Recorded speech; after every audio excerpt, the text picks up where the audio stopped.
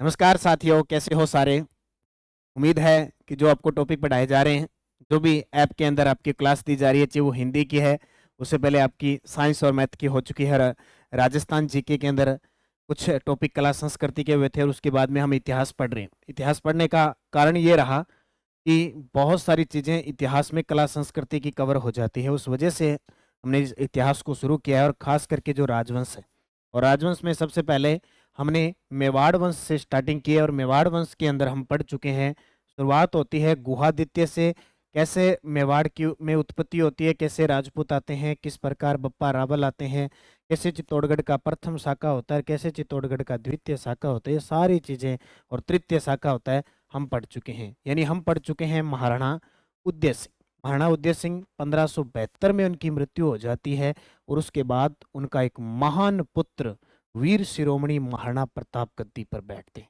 तो आज की ऐतिहासिक कहानी में हम महाराणा प्रताप को पढ़ेंगे, क्योंकि कोई भी एग्जामिनर होगा, एक पर्सन वो जरूर आपको क्वेश्चन देगा देगा, चाहे वो फर्स्ट ग्रेड का पेपर ले, चाहे सेकंड ग्रेड का ले, चाहे रीट का ले, चाहे वो छोटे मोटे एग्जाम ले, महाराणा प्रताप से पर्सन आना है। क्योंकि उसके जहन में ये रहता है कि अगर राजस्थान का विद्यार्थी है और राजस्थान के इस वीर शिरोमणि के बारे में वो नहीं जानता, तो फिर राजस्थान जीके का पढ़ने का, राजस्थान के जो भी अगर टीचर बनते हैं तो वो बच्चों को क्या सिखाएंगे। करें स्टार्ट वीर शिरोमणि महाराणा प्रताप। इसकी चर्चा करेंगे आज हम महाराणा प्रताप की चर्चा करेंगे। महाराणा प्रताप, देखो, जब भी शासन व्यवस्था लिखी जाती है तो महाराणा प्रताप 1572 में गद्दी पर बैठे, और 1597 में इनकी मृत्यु हो गई। 1597 में इनकी क्या हो गई? मृत्यु हो गई। किसकी? महाराणा प्रताप की। अब बात आती है इनका जन्म। इनका जन्म हुआ था 9 मई 1557 को। 9 मई 1540 ईस्वी को इनका जन्म हुआ। कब? 9 मई 1540। आपके जहन में एकदम बढ़िया तरीके से हमेशा रहना चाहिए जब भी महाराणा प्रताप का नाम आए।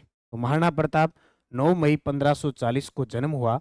जब इनका जन्म हुआ था, उस समय जो महीना था वो ज्येष्ठ महीना था, और शुक्ल पक्ष की तृतीया थी। क्या थी? शुक्ल तृतीया थी। हम महाराणा प्रताप की जयंती 2 बार बनाते हैं, क्योंकि जरूरी नहीं होता है कि ज्येष्ठ शुक्ल तृतीया को ही 9 मई आए। कोई जरूरी नहीं होता है, क्योंकि कई बार महीने 13 महीने भी आ जाते हैं, कई बार तारीख भी एक आधी इधर हो जाती है, तो अलग अलग हो जाता है। वो उस समय की बात है। उस समय देखो 9 मई 1540 को जन्म हुआ, ज्येष्ठ शुक्ल तृतीया को। अब पूछे जन्म स्थान, आपसे पूछते हैं ना कि आपका जन्म कहाँ हुआ था, तो जन्म स्थान पूछे तो आपको उत्तर देना है राजसमंद जिले के, राजसमंद जिले के कुंभलगढ़ दुर्ग, कुंभलगढ़ दुर्ग के कटारगढ़ के, कटारगढ़ के बादल महल की जूनी कचहरी में जन्म हुआ। जूनी कचहरी में हुआ। अब देख लियो थे। ठीक है। अब आपसे पूछ ले आपका जन्म कहाँ हुआ, तो आप बताओगे ना कि हमारा जन्म उस जिले में हुआ, उस तहसील में हुआ। तहसील कौन सी थी? गांव कौन सा था? पहले वाले घर पे ही जन्म जाते थे, अब वाले हॉस्पिटल में जाते हैं तो पूछेंगे कौन से हॉस्पिटल में था, कमरा नंबर कितने था जिस हॉस्पिटल में हुआ। ऐसे होता है ना, कमरा नंबर, डॉक्टर कौन था, डॉक्टरनी कौन थी, होता है। तो यहाँ देखो महाराणा प्रताप, राजसमंद जिला, कोमलगढ़ दुर्ग, दुर्ग के ऊपर एक छोटा सा दुर्ग कटारगढ़, कटारगढ़ के अंदर एक महल था बादल महल, और बादल महल की एक कोठरी थी जूनी कचहरी, वहां। और जो राजस्थान माध्यमिक शिक्षा बोर्ड की किताब, वो तो कहती है कि जिस दिन जन्म हुआ ना, उस दिन संडे था, सारे फ्री थे उस दिन। उस दिन महाराणा प्रताप फ्री हुए, रविवार, 9 मई 1540, ज्येष्ठ शुक्ल तृतीया। और एक और खास बता देता हूँ, जिस दिन महाराणा प्रताप का जन्म हुआ, विक्रम संवत क्या थी? विक्रम संवती 1597, और इनकी मृत्यु भी 1597 को हुई थी। इसलिए ये क्वेश्चन आता है कि राजस्थान इतिहास का ऐसा शासक जिसका जन्म और मृत्यु एक ही अंक को दर्शाता है, वो महाराणा प्रताप। ठीक है। अब बात आती है कि इनके पिता कौन थे। महाराणा प्रताप के पिता कौन थे? करें बात, महाराणा प्रताप के पिता थे उदय सिंह। कौन थे? उदय सिंह। माता कौन थी? माता महाराणा प्रताप की माता थी जयवंता बाई। कौन थी? जयवंता बाई थी, जो पाली के सोनगरा अखेराज, पाली के सोनगरा अखेराज की पुत्री थी। लिख दो, पाली के अखेराज सोनगरा।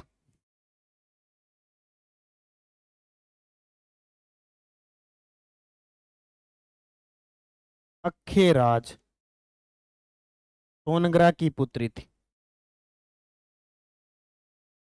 ठीक है, पूछ ही ले बायोडाटा कुछ भी, जो बड़ा शासक होता है उसके बारे में। हालांकि प्रश्न वही बात, मैंने बार बार एक ही बात की, आपको प्रश्न सिंपल तब भी लगेगा जब आपने सब कुछ पढ़ा होगा, नहीं तो आपको कुछ ही नहीं पता लगेगा। पिता माता पत्नी, पत्नी कौन थी? पत्नी थी अजबदे पंवार।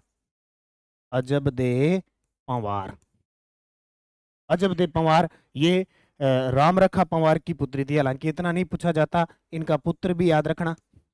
पुत्र इनका था अमर सिंह, जो अगला शासक बना था अमर सिंह प्रथम कह दो। क्लियर? इसके बाद इनके भाई को भी याद रख लेना, भाइयों को भी, जो इसको छोड़ के गए थे, जगमाल और शक्ति सिंह। जगमाल और शक्ति सिंह। और महाराणा प्रताप का घोड़ा यार तेरो चेतक पर चाल है, चेतक। ठीक है, महाराणा प्रताप के लिए गाना बना है, यार तेरा चेतक तेज, चेतक। और महाराणा प्रताप का हाथी, हाथी भी याद रखना, हाथी था राम प्रसाद। क्लियर है? इतनी चीजें पहले महाराणा प्रताप का परिवार याद रखना।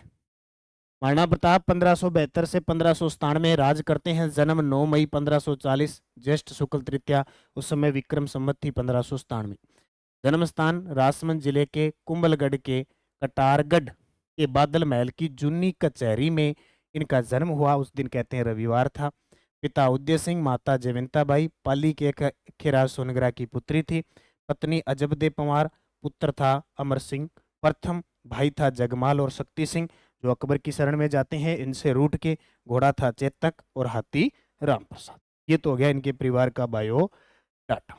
अब देखो कहानी क्या होती है। कहानी ये होती है कि महाराणा प्रताप, ठीक है, उदय सिंह की पहले देखो मृत्यु कब होती है। उदय सिंह की मृत्यु हो जाती है 28 जनवरी 1572 को, और कहते हैं उस दिन दीपावली थी। ठीक है, दीपावली, होली थी। क्या थी? होली थी। अब उस समय जनवरी में आ गई होली, ठीक, क्योंकि अलग अलग राजवंश के द्वारा अलग अलग तरीके से उसको अपनाया गया था। तो क्या थी? होली थी। अब क्या हुआ, एक बात बताता हूं। उदय सिंह के बाद राजा बनना चाहिए था कौन? महाराणा प्रताप। सबसे योग्य था महाराणा प्रताप, लेकिन नहीं बना। लेकिन नहीं बना। उदय सिंह की पत्नी थी एक तो जयवंता बाई, एक थी रानी भटियाणी धीरबाई। रानी भटियाणी धीरबाई थी। अब राजा होता था ना, वो एक अपनी पत्नी से ज्यादा प्रेम करता था, सबसे ज्यादा एक से वो बमरसिया होता था उसके साथ। ठीक है, तो वो क्या करता था, उसकी बात मानता था सर। तो जो रानी भटियाणी धीरबाई थी, उसके कहने पर इसने क्या किया, महाराणा प्रताप को उत्तराधिकारी घोषित नहीं किया, बल्कि जगमाल को उत्तराधिकारी घोषित किया कि मेरी मृत्यु के बाद अगला शासक जगमाल बैठेगा। तो सीधी सी बात है कि जब उदय सिंह की मृत्यु हुई 1572 में, तो गद्दी पर कौन बैठेगा? जगमाल बैठेगा। अगर किसी को उत्तराधिकारी घोषित कर दिया तो वो गद्दी पर बैठेगा। लेकिन मेवाड़ के सामंत चाहते थे कि ये जगमाल तो कुछ करता ही नहीं है, योग्य नहीं है, इसलिए उन्होंने क्या किया, मेवाड़ी सामंतों ने, खास करके अखेराज जो सोनगरा चौहान थे, राम सिंह जो ग्वालियर के थे, मेवाड़ के सामंतों ने मिलकर जगमाल की जगह प्रताप को गोगुंदा में राज तिलक कर दिया। ठीक है, और ये प्रश्न आता ही आता है, जिस जगह राजा, जिस क्षेत्र में राजा की मृत्यु होती है, वहीं लगभग क्या हुआ है, राज्यभिषेक हुआ है। तो उदय सिंह की जो मृत्यु हुई, वो मृत्यु कहाँ हुई? उदय सिंह की मृत्यु हुई गोगुंदा में। कहाँ हुई? गोगुंदा में। गोगुंदा कहाँ पे है? उदयपुर के अंदर है। गोगुंदा उदयपुर में। और एक और नोट लगा के मैं बता देता हूँ, नोट। उदय सिंह ने 1559 में, 1559 में उदयपुर शहर बसाया था। उदयपुर शहर बसाया। ये प्रश्न आता है। जैसे 1459 में क्या किया था? 1459 में राव जोधा ने जोधपुर शहर बसाया था 1763 में। स्वाई माधो सिंह ने स्वाई माधोपुर शहर बसाया था 1727 में। स्वाई जय सिंह ने जयपुर शहर बसाया था। उसी प्रकार 1559 के अंदर उदय सिंह ने उदयपुर शहर बसाया, और ये उदयपुर कहाँ पे है? गोगुंदा के अंदर है। अब बात देखो, मैं थोड़ी सी बात यहाँ कर लेता हूँ। महाराणा प्रताप की उपाधियां, महाराणा प्रताप की उपाधियां, ठीक है। इन्हें क्या कहते थे? मेवाड़ केसरी। क्या कहते थे? मेवाड़ केसरी। हल्दी घाटी का शेर, हल्दी घाटी का शेर। अलग अलग नाम है, जैसे हमने कल पढ़ा, राणा सांगा को हिंदूपत बादशाह कहा जाता है। कहा जाता है कि नहीं कहा जाता? उसी प्रकार मेवाड़ केसरी कहा जाता है इन्हें, हल्दी घाटी का शेर कहा जाता है, हिंद केसरी कहा जाता है। क्या कहा जाता है? हिंद केसरी कहा जाता है, और हिंदुआ सूरज कहा जाता है, हिंदुआ सूरज कहा जाता है। और एक और बता देता हूं, एक छोटा सा नाम, प्यारा सा नाम, किक्का, इनके बचपन का नाम था। ये भी प्रश्न बहुत बार आया हुआ है कि महाराणा प्रताप को बचपन में क्या कहते थे? कीका। जैसे आजकल छोटे बच्चे को कई समाज के अंदर, कई जाति वर्ग में कहते हैं ना, छोटा बच्चा काकू, सुना होगा। छोटा कोई भी बच्चा वो सीधा कहते ओ काकू इधर आ, ओ काकू, कहते हैं कि नहीं कहते? उस समय महाराणा प्रताप जंगलों में रहते थे और जनजातियां थी, सीधी सी बात है, दक्षिणी राजस्थान के अंदर, तो वहां बचपन में इनको किक्का कहते थे। आज अड़ा काकू कह दे की बात है। तो ये पूछे कि किस राजस्थान के इतिहास में ऐसा शासक था जिसे बचपन में किक्का कहते थे, और बाद में इन्होंने ऐसे किक लगाई अकबर के कि जीवन भर अपनी मातृभूमि की रक्षा करते रहे, किक्का। तो ये उपाधियां किसकी होगी? महाराणा प्रताप की। अब मैंने बात बताई कि जगमाल को उत्तराधिकारी घोषित कर दिया, लेकिन मेवाड़ी सामंतों ने मिलकर महाराणा प्रताप का राज तिलक कर दिया। तो हम यहाँ बात लिखेंगे, उदय सिंह ने, उदय सिंह ने रानी भटियाणी, भटियाणी, धीरबाई, धीरबाई के कहने पर जगमाल को, कहने पर जगमाल को मेवाड़ का उत्तराधिकारी घोषित किया था।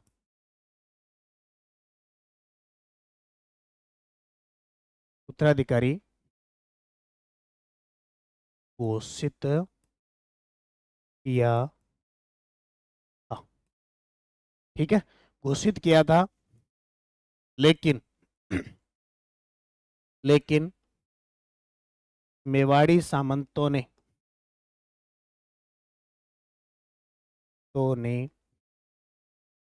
मिलकर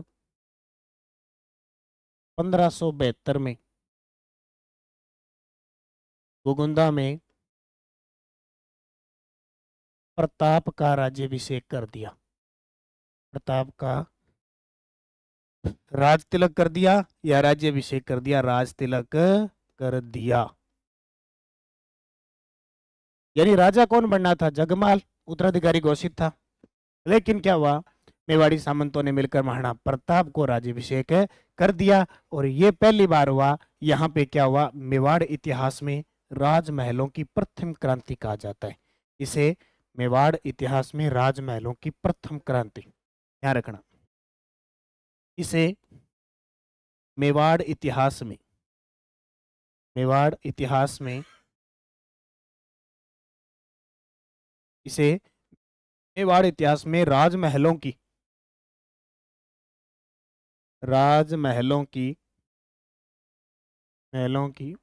प्रथम क्रांति कहा जाता है, क्रांति की संज्ञा दी, ठीक है। अब क्या है ये बात, ये जो मैं जो चीजें आपको बढ़ा रहा हूँ ना, आपको एक साथ पूरा मेवाड़ हो जाएगा ना, तो हस्तलिखित नोट्स है खुद के, वो मैं आपको सीधा प्रोवाइड करवा दूंगा, ठीक है। अब अलग अलग नहीं आएगा, पूरा मेवाड़ पूरा होते ही ना आपको पीडीएफ मिल जाएगी आपके इसी के अंदर, पैनल पीडीएफ ये नहीं, इसे वो पूरा हस्तलिखित होगा, वो पूरा का पूरा, फिर वो पढ़ लेना चाहिए, प्रिंट निकालना चाहिए, वैसे पढ़ लेना। बाकी खुद अगर हाथ से नोट्स बनाओगे खुद तो याद रहेगा, नहीं तो ये इतिहास उथल पुथल है, भूल जाओगे। क्लियर हो गया? इस प्रकार महाराणा प्रताप का 1572 में क्या हो गया, राज्याभिषेक हो गया। अब जगमाल को गद्दी से हटा दिया तो जगमाल यहाँ से भाग गया, और जाहिर सी बात है उस समय अकबर था। मुगल बादशाह कौन था, अकबर था। और अकबर को लगा ये मौका बड़ा गजब है, अगर इस क्षेत्र को जीतना है, अगर इनको अधीन करना है तो हमें इनको शरण देनी पड़ेगी। तो जगमाल रूठ कर कहाँ चला जाता है, अकबर की शरण में चला जाता है। और इसका भाई एक और होता है जो शक्ति सिंह होता है, वो भी अकबर के पास चला जाता है। क्लियर। अब देखो, पहली बार राज्याभिषेक हो गया सिर्फ, लेकिन गद्दी नहीं संभाली। प्रताप का दूसरी बार राज्याभिषेक, प्रताप का दूसरी बार राज्याभिषेक कह दो या राज तिलक कह दो, ये हुआ था कुंभलगढ़ में। कहाँ हुआ, कुंभलगढ़ में। नोट कर लेना ढंग से और सुनना इस बात को, प्रश्न फिक्स आता है, बड़ा सिंपल सा आएगा कि महाराणा प्रताप का राज्याभिषेक कब हुआ, 1572 में। कहाँ हुआ, गोगोंदा में। कोई दिक्कत नहीं, अगर वो पूछ ले महाराणा प्रताप का दूसरी बार राज्याभिषेक हुआ कुंभलगढ़ के अंदर, ठीक है। अब यहां से एक प्रश्न पूछा है कि जब महाराणा प्रताप गद्दी पर बैठे उस समय इनकी आयु कितनी थी, तो उस समय आयु थी 32 वर्ष। 32 वर्ष की आयु में, यानी कुंभलगढ़ में भी जब बैठे तो वो वर्ष भी 1572 था, ठीक है। 1572 में दूसरी बार 32 वर्ष की आयु थी उस समय, ये क्या है, गद्दी पर बैठ के। क्लियर हो गया, ये सिस्टम है। अब क्या होता था, एक बात बताता हूं। एक नाम सुना होगा आपने, बादली काल राज्याभिषेक। बादली काल, पहले जब राजा की मृत्यु हो जाती थी तो उसका पुत्र उत्तराधिकारी होता था, और राजा का दाह संस्कार करने के लिए सारे जाते थे, लेकिन जो गद्दी पर बैठता था वो दाह संस्कार नहीं करता था, बल्कि उसका राज्याभिषेक होता था, ठीक है। महाराणा प्रताप, पहली बार ऐसी बात हुई महाराणा प्रताप की कि वो दाह संस्कार भी करते हैं और राज्याभिषेक भी करवाते हैं। बादली काल ये कहा जाए, ठीक है। अब गद्दी पर बैठ गए। एक बात और ध्यान रखना, प्रताप, जब महाराणा प्रताप का राज्याभिषेक हुआ तो राज्याभिषेक होने का मतलब है मुकुट दे दिया मेवाड़ का और तलवार बांधी जाती है। आपने सुना होगा बिजोलिया किसान आंदोलन में तलवार बंधाई कर, वो तलवार तो प्रताप की कमर, यानी यहाँ पट्टा वगैरह होता है वो बांधते हैं, तो प्रताप की कमर पर तलवार रावत कृष्णदास ने बांधी थी, ये ध्यान रखना। प्रताप की कमर पर तलवार रावत कृष्णदास ने बांधी थी, बांधी थी। रावत कृष्णदास ने तलवार बांधी थी। ये पॉइंट आपको फिक्स ध्यान रखना है। अब हुआ क्या, अकबर को भनक लगी कि महाराणा प्रताप अगला शासक बन गया, गद्दी पर बैठ गया। उसने सोचा उदय सिंह तो अलग था, महाराणा प्रताप अभी बच्चा है, महाराणा प्रताप अभी गद्दी पर बैठा और वो आराम से मेरी बात मान लेगा, और उसको समझाने के लिए बंदा भेज देता हूँ, वो समझ जाएगा और मेरी अधीनता स्वीकार कर लेगा। लेकिन यहाँ ध्यान रखना, महाराणा प्रताप ने जैसे ही राज्याभिषेक हुआ सौगंध खाई, वचन दिया अपनी जनता को कि मैं जब तक मेवाड़ की जनता को अकबर से आज़ाद न करवा दूं, मुगलों से आज़ाद नहीं करवा दूं, तब तक मैं महलों में नहीं सोऊंगा, महलों की रोटी नहीं खाऊंगा, जंगलों में घूमूंगा, दर दर भटकूंगा, मैं अपनी मातृभूमि की रक्षा के लिए जीवन दाव लगाता। इनके साथ इनकी पत्नी अजबदे पंवार, जैसे राम के साथ माता सीता 14 वर्ष का वनवास काटती है, उसी प्रकार अजबदे पंवार भी इनके साथ थी, ठीक है। अब क्या हुआ, अकबर ने महाराणा प्रताप को समझाने के लिए 4 शिष्टमंडल भेजे। हालांकि अब 4 इसलिए पढ़ते हैं क्योंकि पहला भेजा नहीं माना, दूसरा भेजा नहीं माना, तीसरा भेजा नहीं माना, चौथा भेजा नहीं माना, तो 4 शिष्टमंडल हो गए। तो देखो, प्रताप को समझाने के लिए, प्रताप को समझाने के लिए अकबर ने, अब प्रश्न सिंपल सा आ जाए कि महाराणा प्रताप के समय दिल्ली का शासक कौन था, दिल्ली का बादशाह कौन था, तो उत्तर तो दे दोगे अकबर, क्योंकि अकबर, प्रताप को समझाने के लिए अकबर ने 4 शिष्टमंडल भेजे, 4 शिष्टमंडल भेजे, शिष्टमंडल भेजे, बोले जाओ समझाओ, एक एक भेजा। लेकिन अब वो सूत्र याद रखना, ये प्रश्न फिक्स आता ही आता है, जम भट्ट या जम भट्टो, चार ऐसे समझ लो जम भेजे लेकिन कामयाब नहीं हुए। कारण क्योंकि महाराणा प्रताप का ये एक ही विचार था कि मैं किसी की अधीनता तो स्वीकार खास करके मुगलों की तो करनी नहीं है। तब किस किस को भेजा? सबसे पहले किया जलाल खां कोरची, ठीक है। फिर भेजा मान सिंह को, फिर भेजा भगवंत दास को, और फिर भेजा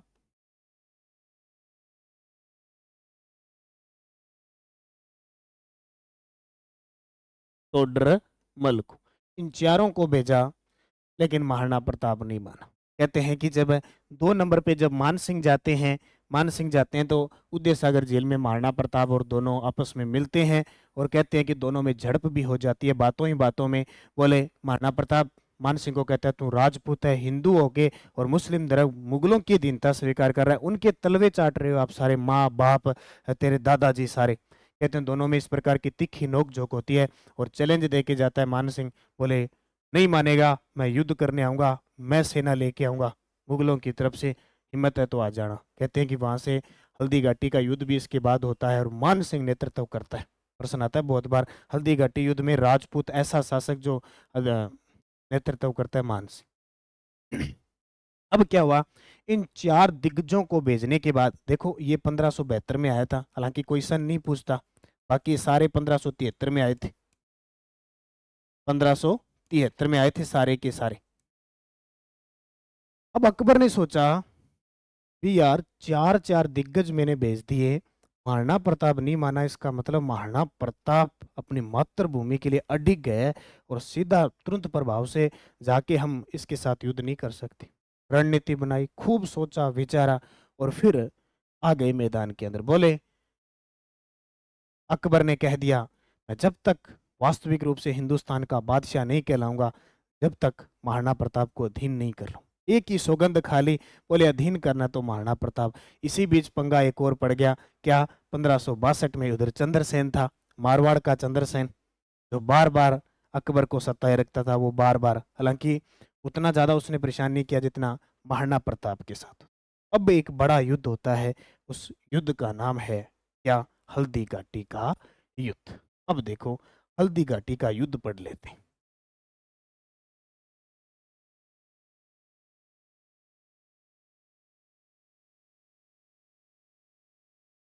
हल्दी घाटी का युद्ध, तारीख है 18 जून 1576। कई जगह आपको ये भी मिलेगी 21 जून 1576, क्योंकि यूपीएससी में एक बार प्रश्न आया है उसने 21 जून माना है, अपने राजस्थान में जो आरपीएससी लेती है वो मानती है 18 जून। तो इसमें तो कंफ्यूज होना नहीं, दोनों ऑप्शन एक साथ नहीं देंगे, अगर देते हैं तो भी हमें क्या करना है, 18 जून। 18 जून 1576 को ये हल्दी घाटी का युद्ध हुआ। और हल्दी घाटी कहाँ पे है? राजसमंद। कहाँ पे है हल्दी घाटी? कहाँ पे है? राजसमंद के अंदर है। इस युद्ध के अंदर देखो इधर तो होते हैं महाराणा प्रताप, महाराणा प्रताप, और इधर कौन होते हैं? इधर होते हैं अकबर, यानी मुगल सेना होती है अकबर।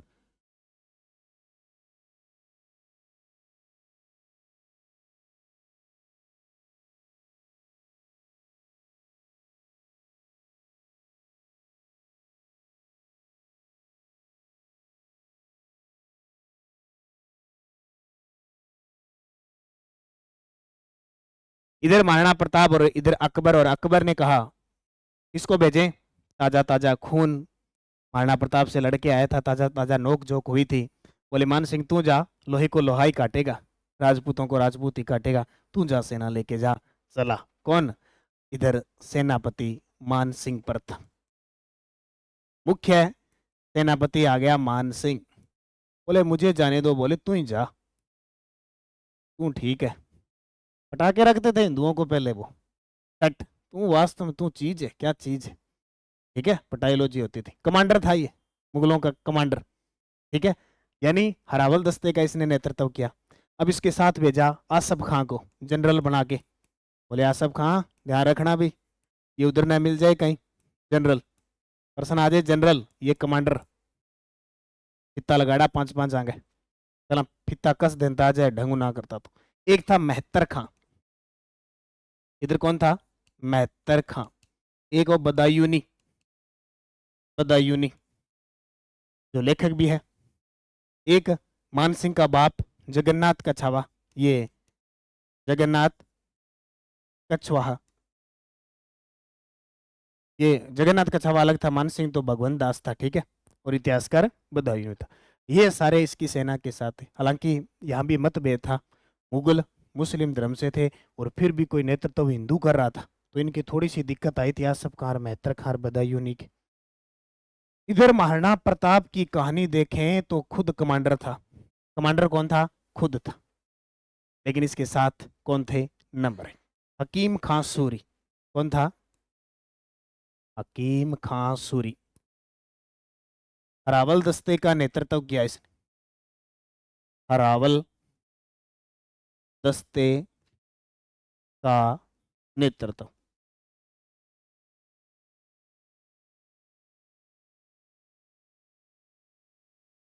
अरावल दस्ता क्या होता है?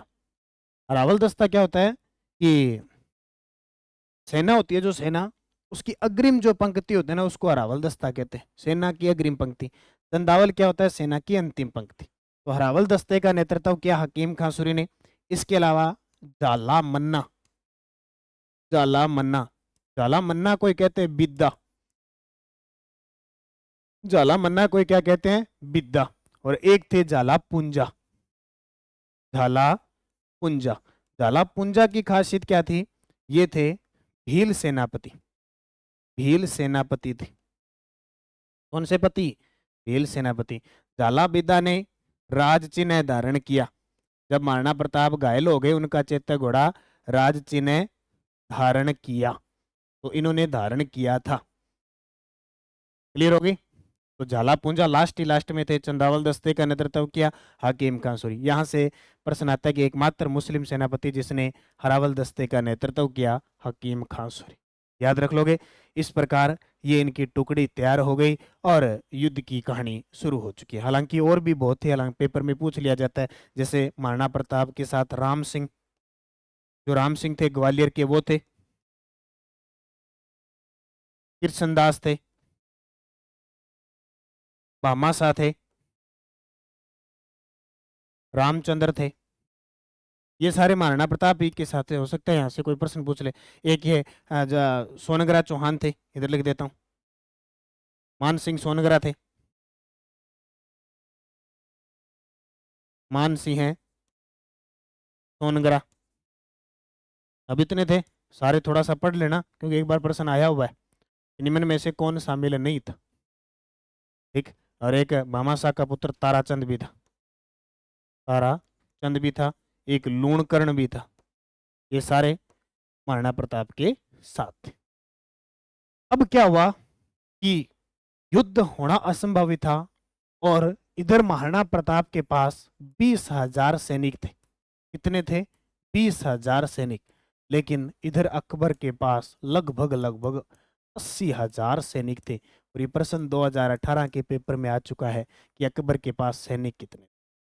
दोनों में युद्ध होना था। अकबर को भी लगा भी महाराणा प्रताप अगर युद्ध की तैयारी करके आएगा, इसका मतलब वो भी ताकतवर है। इधर से भी आपस में कभी अजमेर आते, कभी आते। महाराणा प्रताप ने अपने युद्ध की रणनीति है वो मैगजीन जो दुर्ग है अजमेर के अंदर, वहां पड़ाव डाला।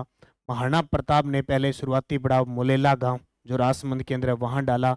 अंतिम पड़ाव उन्होंने लोसिंगा गांव राजसमंद में डाला। ये थोड़ी ऐसे करते करते और ये तैयार हो गए। और महाराणा प्रताप का जो मुख्य केंद्र था वो केलवाड़ा राजसमंद था। और इन्होंने सारी रणनीति बनाई थी वो कौन से दुर्ग में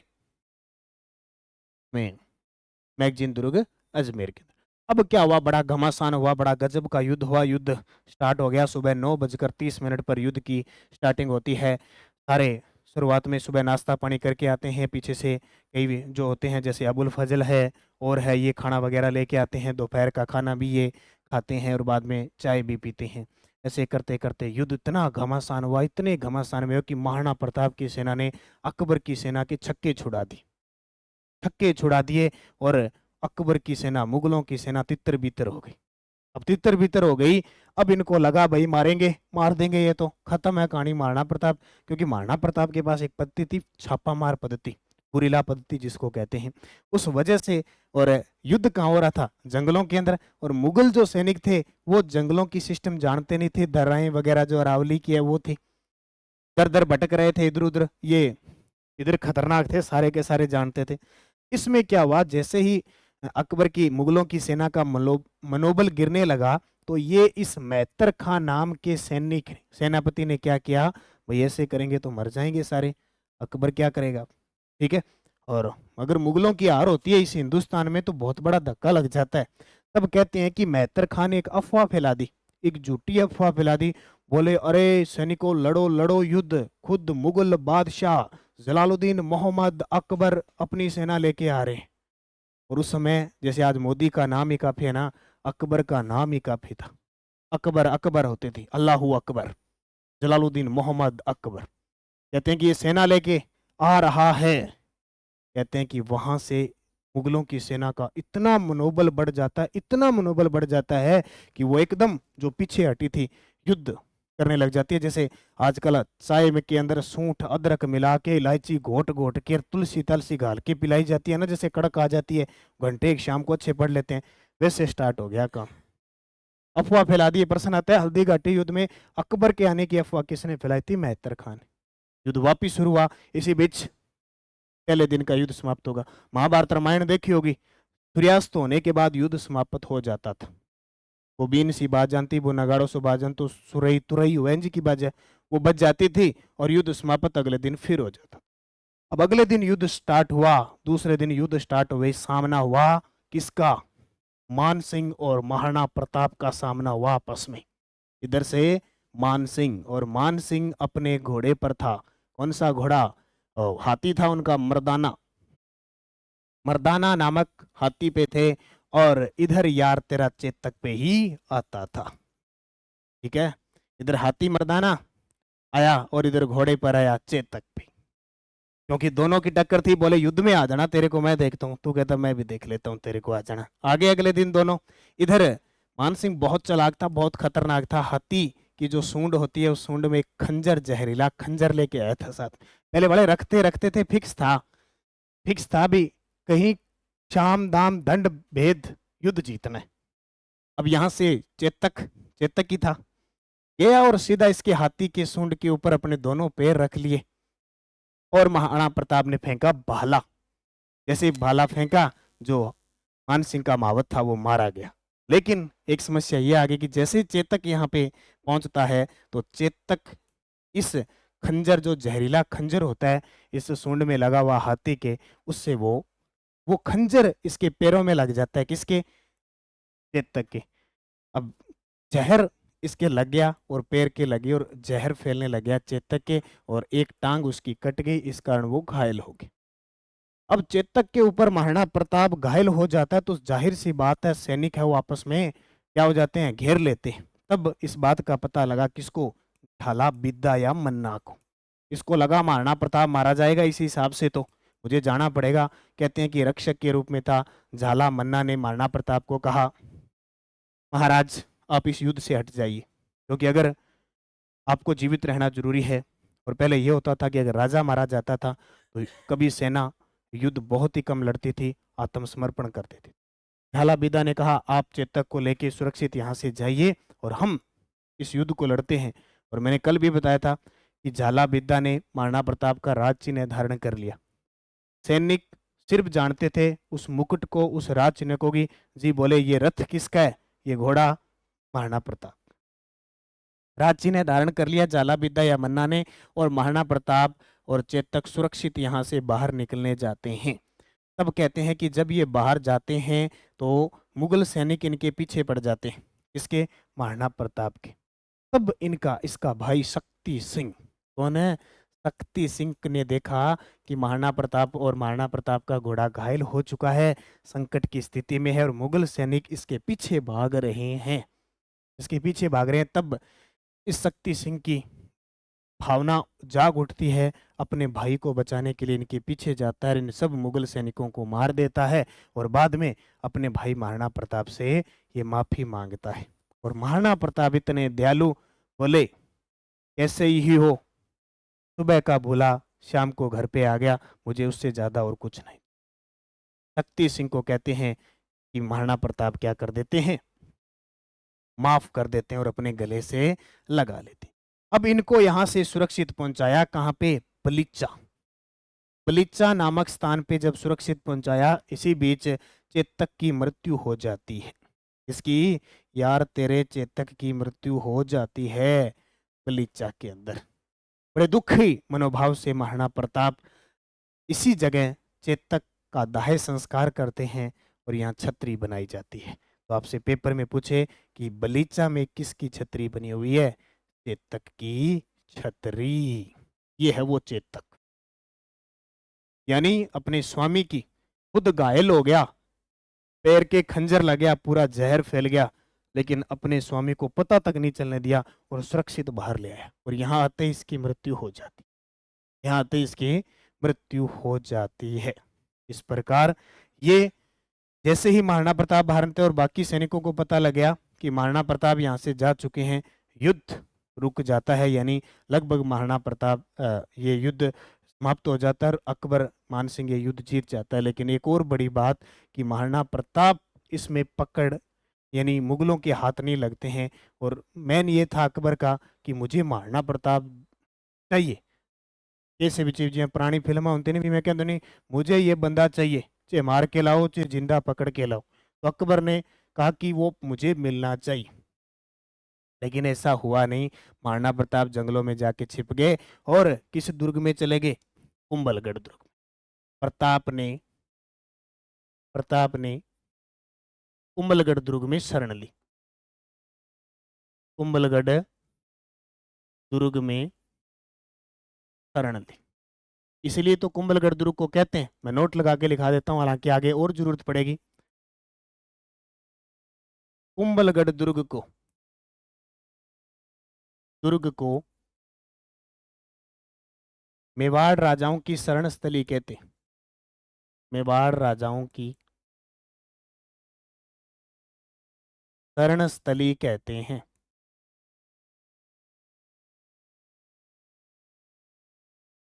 शरण स्थली कहा जाता है। ये प्रश्न बहुत बार आता है, जैसे मारवाड़ के शासकों की शरण स्थली पूछे तो सिवाना दुर्ग है, जबकि मेवाड़ के शासकों की शरण स्थली पूछे तो उत्तर क्या आ जाएगा, कुंभलगढ़ दुर्ग। तो इस प्रकार इस युद्ध में महाराणा प्रताप, हालांकि हारने का सवाल पैदा नहीं होता क्योंकि वो ने अधीनता नहीं स्वीकार की, पकड़े नहीं गए। हालांकि लगभग क्षेत्र पर अधिकार जरूर कर लिया था अकबर ने, लेकिन अकबर ने भी संतुष्टि नहीं हुई कि मैं जीत गया, क्योंकि वो महाराणा प्रताप को नहीं पकड़ पाया था। इसलिए सभी इस युद्ध को अनिर्णित युद्ध मानते हैं। अब देखो कहानी क्या हुई, मैं थोड़ी सी कुछ चीजें नोट लगा के यहाँ लिखा देता हूँ। हकीम खां सूरी ने, हकीम खां सूरी, पीछे हकीम खां सूरी लिखा है ना, हसन खां मेवाती तो नहीं लिख दिया कल की तरह। हकीम खां सूरी, हकीम खां, एक हकीम खां सूरी एकमात्र मुस्लिम मुस्लिम सेनापति थे जिन्होंने, बाकी नोट्स में हर चीज मिल जाएगी आपको, एक एक लाइन लिखी हुई मिल जाएगी, जिन्होंने अरावल दस्ते का नेतृत्व किया। ये सब लिखा होगा उसमें, अरावल दस्ता क्या होता है, चंदावल दस्ता क्या होता है, अकबर का महाराणा प्रताप का शास्त्रागार कौन सा था, मायरा की गुफा उसने सबसे पहला पड़ाव कहाँ डाला, वो सारी चीजें उसमें लिखी। लेकिन वो एग्जाम में नहीं आती है, एग्जाम में नहीं आती है, लेकिन हम जब युद्ध पढ़ते हैं पूरा तो सारी बातें पढ़ लेते हैं। हकीम खां सूरी एकमात्र मुस्लिम सेनापति जिन्होंने हरावल दस्ते का नेतृत्व किया। क्लियर,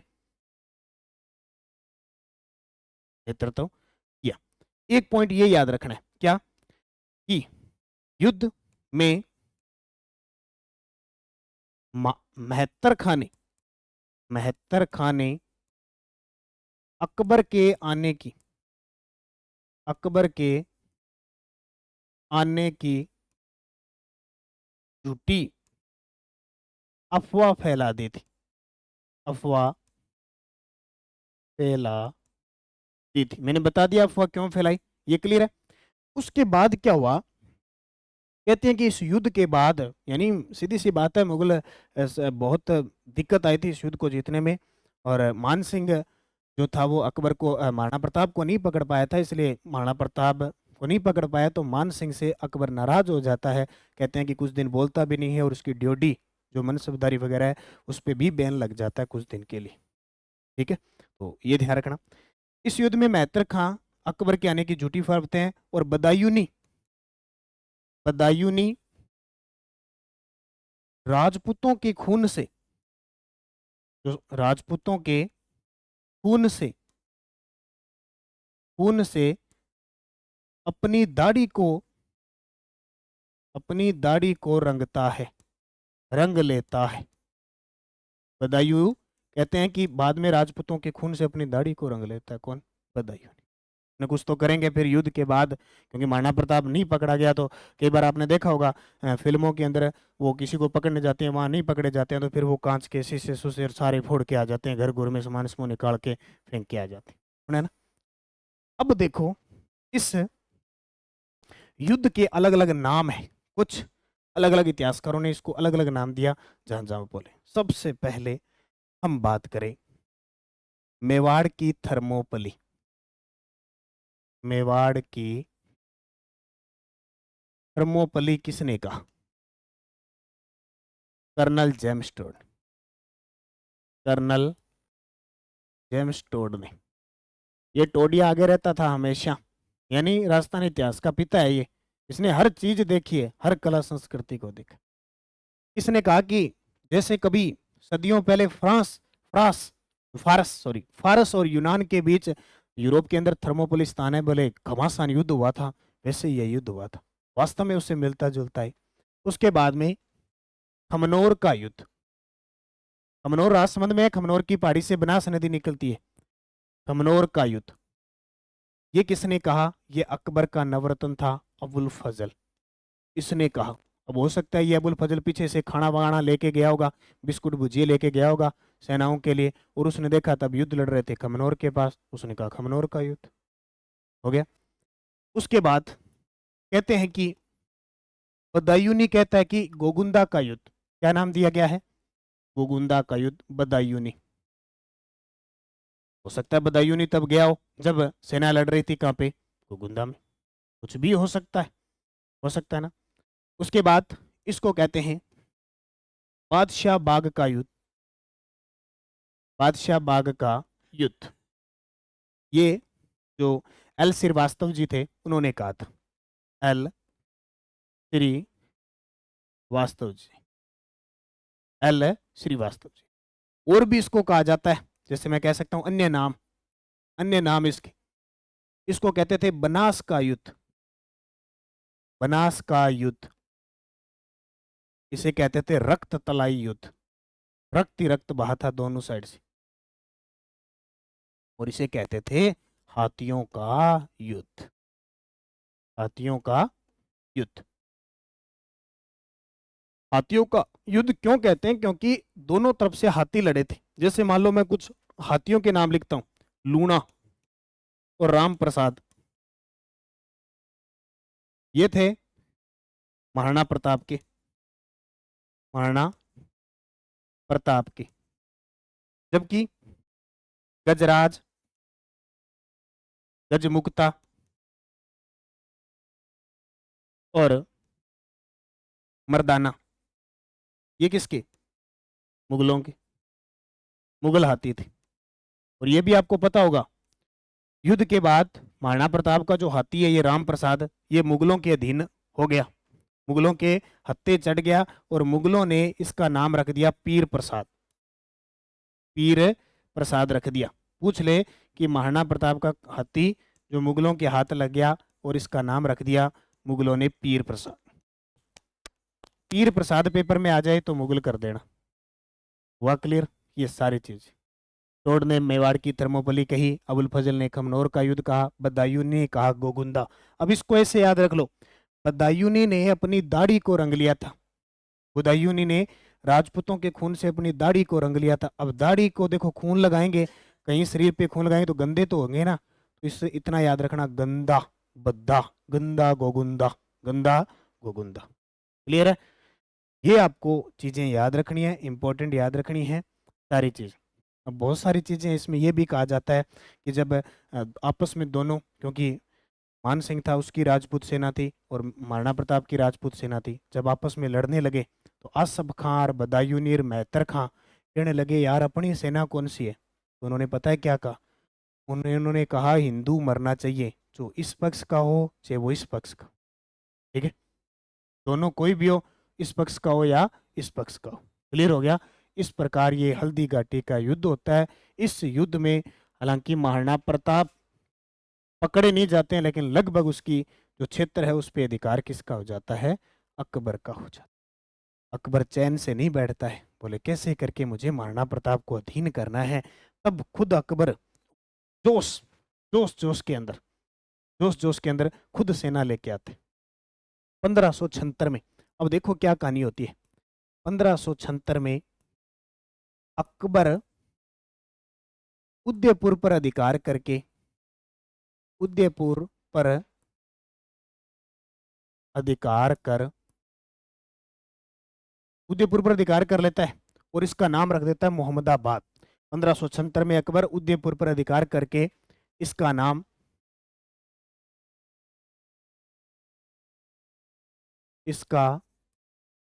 नाम मोहम्मदाबाद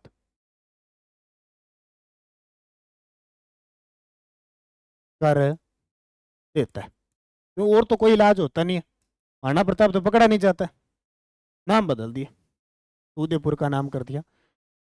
अकबर सेना लेके गया, कोई काम नहीं हुआ, वापिस आ गया, बोले बहुत खतरनाक काम है यार, इधर मेवाड़ की तरफ तो जाना, आप ही जाया करो। क्या किया? 1577, 1578 और 1579 में 3 बार शाहबाज खां को भेजा, शाहबाज खां को प्रताप के पीछे भेजा या विरुद्ध भेजा, पीछे भेजा, लेकिन असफल रहा। यानी महाराणा प्रताप को पकड़ ही नहीं पाए, क्योंकि जंगलों में रहता था और जब भी कोई सेना जाती थी दर दर भटक भटकते आधी वहां समाप्त हो जाती थी, आधी भाग आती थी, क्योंकि महाराणा प्रताप चलाते थे छापा मार पद्धति, पीछे से छुप के वार करना, वो छापा मार पद्धति थी।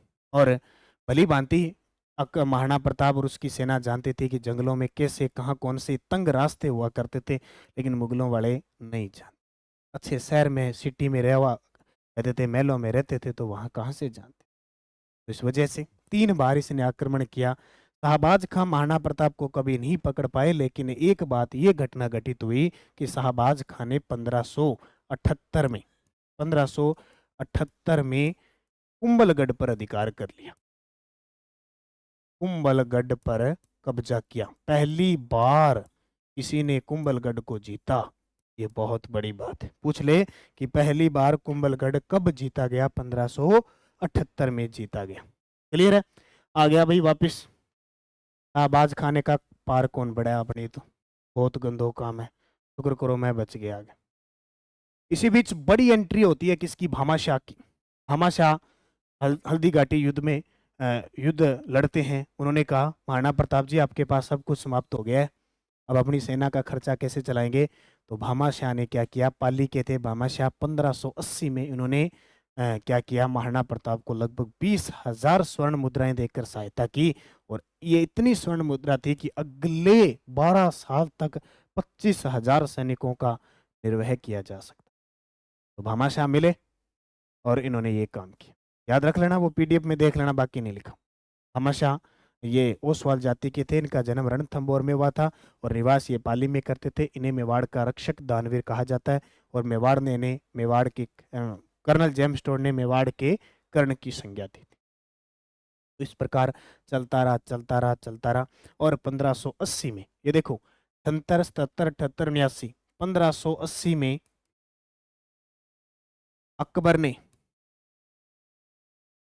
अब्दुल रहीम खान ए खाना को भेजा। अब्दुल रहीम खान ए खाना, इसकी उपाधि है खान ए खाना, इसको उपाधि दी गई थी। बेराम खां का पुत्र था, सलीमा बेगम का पुत्र था ये। खान ए खाना की 1580 में अकबर ने अब्दुल रहीम खान ए खाना को भेजा, लेकिन लेकिन वह भी असफल रहा।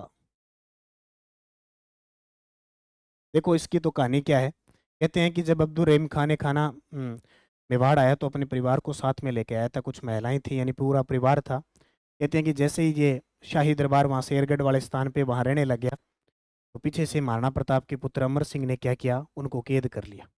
कैद करके अमर सिंह ने कैद कर लिया और महाराणा प्रताप के पास ले आया। किसको? मान सिंह के परिवार को। इस बात का पता लगा महाराणा प्रताप को कि अमर सिंह ने ऐसा काम किया है कि मान सिंह के जो था अब्दुल रहीम खान ए खाना, उसके परिवार को बंदी बना के लिया। कहते हैं कि महाराणा प्रताप को इतना गुस्सा आया, उसने अमर सिंह प्रथम को फटकार लगाई, बोले जहां से लेके आया वहां से सही सलामत छोड़ के आ। इस बात का पता जब अब्दुल रहीम खान ए खाना को लगता है तो वो क्या करता है, इस अभियान को बीच में छोड़ के चला जाता है और अकबर को कहता है वो नहीं पकड़ा गया। मतलब ये महानता थी महाराणा प्रताप की। बोले हमारी लड़ाई किसी से नहीं है, हमारी लड़ाई अपनी मातृभूमि से है। अब्दुल रहीम खान खाना अपना काम कर रहा है, उसे भेजा गया है, उसके राजा ने उसको भेजा है, वो अपना काम कर रहा है, इसमें परिवार का किसी का दोष नहीं है। तो उसने वापिस भेजो, ये भी वापिस चला गया। इसी बीच युद्ध होता है, कौन सा? दिवेर का युद्ध होता है 1583 में। मैं एक लाइन लिख दूं यहाँ पे, दिवेर के बाद की कहानी लिख दूं। 1584 में अंतिम अभियान के रूप में, अंतिम सैन्य अभियान के रूप में, सैन्य अभियान के रूप में जगन्नाथ कछवा आता है। बल्कि उसको कह दिया तू भी जाके देख ले, तेरी पार पड़ती है तो। जगन्नाथ कछवा को भेजा गया, को भेजा गया गया लेकिन वह भी असफल रहा। अंतिम अभियान था ये। इसके बाद महाराणा प्रताप ने कहा छोड़ो यार इसको, पूरी पूंजी लगा दी, पूरी सेना लगा दी, ये बंदा नहीं पकड़ा गया। वास्तव में महाराणा प्रताप एक वीर सैनिक है। लास्ट बार प्रश्न आता है कि लास्ट बार महाराणा प्रताप के सैन्य अभियान में किसको भेजा? जगन्नाथ कछवा। इस बेचारे की भी मांडलगढ़ भीलवाड़ा में मृत्यु हो जाती।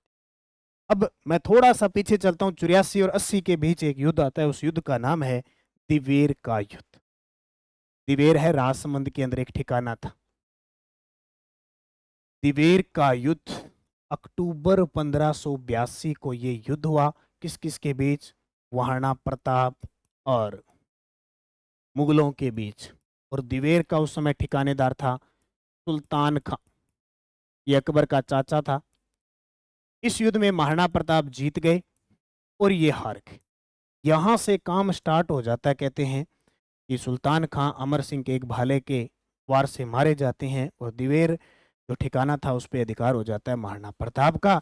और इस दिवेर पे जीत के बाद महाराणा प्रताप धीरे धीरे धीरे धीरे अपने क्षेत्रों को जीतते जाते हैं।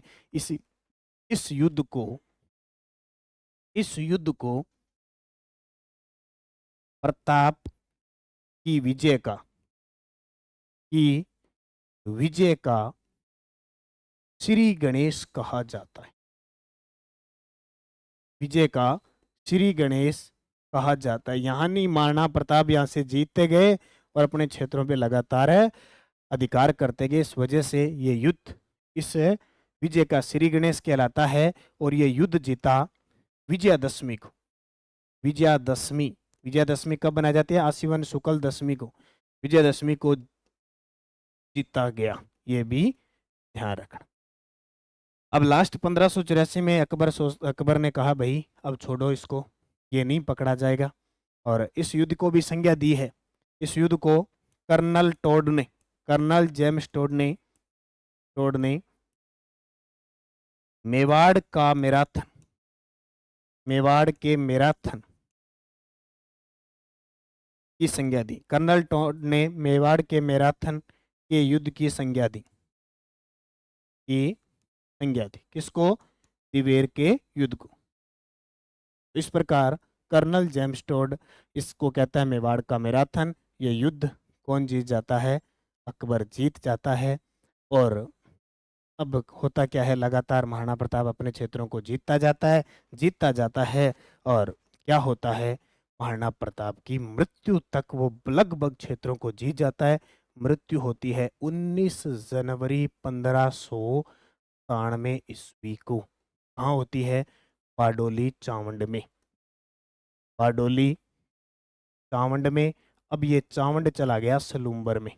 कहाँ चला गया? सलूम्बर जिला। याद रखना, उदयपुर में नहीं है, अब ये सलूम्बर जिले के अंदर। धनुष की प्रत्यंचा होती है, उसको चढ़ाते समय चोट लग गई थी और चोट लगने से घायल हो गए और घायल होने के बाद कुछ समय बाद उनकी मृत्यु हो गई। जब 1597 में उनकी मृत्यु हुई थी, मांडलगढ़ और चित्तौड़ ऐसा क्षेत्र था जो महाराणा प्रताप वापस नहीं ले पाया, सब क्षेत्रों को जीत गया। कहते हैं कि जब महाराणा प्रताप की मृत्यु का समाचार अकबर के पास पहुंचता है, तब दुर्सा आडा एक बात कहते हैं कि अकबर की आंखों से आंसू आ गए। अकबर ने कहा, वाह रे वाह महाराणा प्रताप, तू सब जगह से जीत गया, तूने कभी अपनी पगड़ी को झुकने नहीं दिया और अपने घोड़े को कभी दागने नहीं दिया। वास्तव में तू महान है महाराणा प्रताप, तू हर तरीके से जीत गया, वाह रे वाह महाराणा प्रताप। ये कहानी इस प्रकार हुई। और अब मैं थोड़ी सी बात बता देता हूं, पीछे की एंट्री कर लो चाहे कहीं भी कर लो, यहां एक राजधानी की बात आती है। प्रश्न आता है कि महाराणा प्रताप ने हल्दी घाटी युद्ध के बाद राजधानी किसे बनाया? कुंभलगढ़ को। जबकि दिवेर युद्ध के बाद इन्होंने चावंड को राजधानी बनाई। लिखूं, 1585 ईस्वी में चावंडिया भील को हराकर चावंडिया भील को हराकर चावंड को राजधानी बनाई, वो राजधानी बनाई। क्लियर? याद रह जाएगा। नोट लगा के यहां पे एक बात नोट कर लो, हल्दी घाटी युद्ध बाद, हल्दी घाटी युद्ध के बाद कुंभलगढ़ को राजधानी बनाई। हालांकि ज्यादा टाइम नहीं रही, कोई इलाज नहीं था, कुंभलगढ़ को राजधानी बनाई, राजधानी बनाई। ठीक है।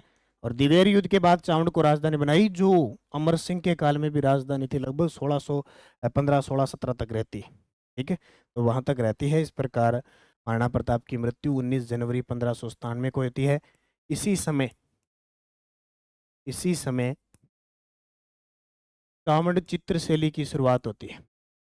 चावंड चित्रशैली की शुरुआत होती है, की शुरुआत। देखो, चावंड चित्रशैली की शुरुआत होगी, लेकिन स्वर्ण काल जो कहा जाता है ना, वो किसके काल को कहा जाता है? स्वर्ण काल कहा जाता है अमर सिंह प्रथम के काल को। अब प्रश्न एक ये आता है, गद्दी पर बैठे उस समय इनकी आयु थी 32 वर्ष। मृत्यु के समय आयु मृत्यु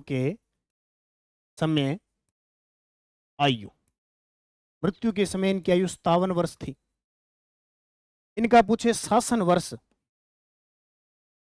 वर्ष पूछे तो इन्होंने 25 वर्ष किया था, या हम कह सकते हैं 24 वर्ष राज इन्होंने किया था। ये दो प्रश्न ये भी ध्यान रखना, 25 या 24 वर्ष इन्होंने राज किया था। और इनका दाह संस्कार यानी बारडोली के अंदर हुआ था। खेजड़ बांध के किनारे 8 खंभों की इनकी छतरी बनी हुई है। बस एक याद रखना, इनके दरबारी कवि थे चक्रपाणी मिश्र।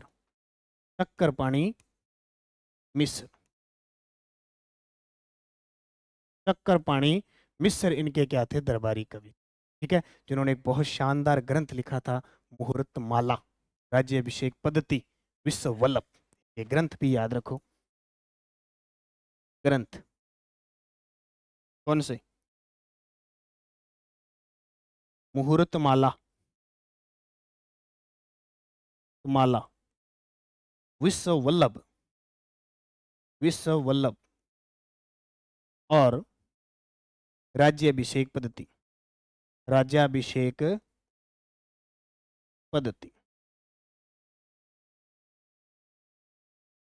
कन्फर्म है? सारी चीज़ें क्लियर है, कोई दिक्कत कोई परेशानी होनी भी नहीं चाहिए। अगर परेशानी होगी तो इसको दोबारा पढ़ना, तीसरी बार पढ़ना, पीडीएफ होगी उसको देखना, इसका टेस्ट लगाना, निश्चित परेशानी दूर हो। अब बात और कर लेते हैं। देखो मुक्ति तो है ही नहीं है, महाराणा प्रताप को इसलिए ज़्यादा बढ़ा रहा हूँ कि जितना ज़्यादा पढ़ोगे, अगर नॉर्मल सा पर्सन आए तो आप गलत नहीं। कन्हैया लाल सेठिया ने, नाम सुना है? कन्हैया लाल सेठिया ने अपनी रचना पाथल और पित्थल, पाथल व पित्थल में महाराणा प्रताप को, महाराणा प्रताप को पाथल कहकर पुकारा है। पाथल कहकर पुकारा। और पित्थल किसको कहा? पृथ्वीराज राठौड़ को। अब अपनी राजस्थान सरकार क्या करती है कि महाराणा प्रताप के नाम पर एक पुरस्कार देती है, महाराणा प्रताप पुरस्कार। जरूर याद रखना, महाराणा प्रताप पुरस्कार। क्या खासियत है इसकी?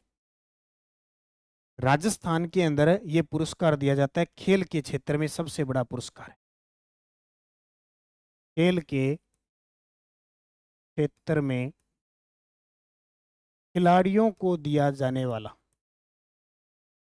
खिलाड़ियों को दिया जाने वाला सर्वश्रेष्ठ पुरस्कार है।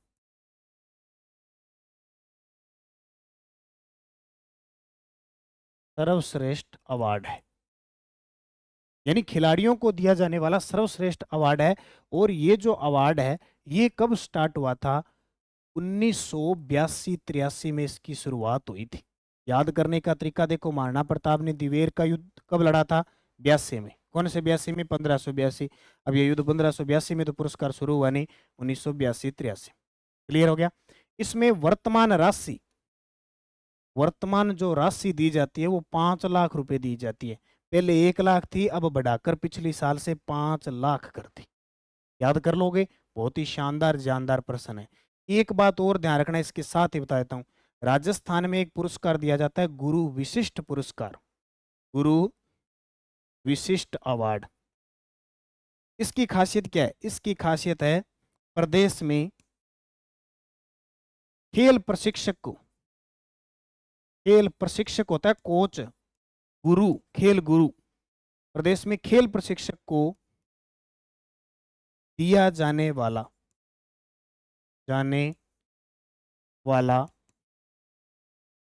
सर्वश्रेष्ठ अवार्ड है।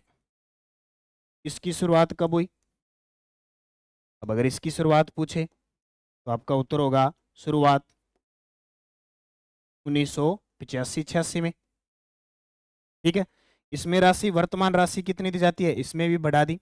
इसमें भी पहले 1 लाख थी, अब बढ़ाकर कितनी कर दी? 5 लाख कर दी। ये दोनों चीजें याद रखनी है, इंपॉर्टेंट है, पूछा जाता है।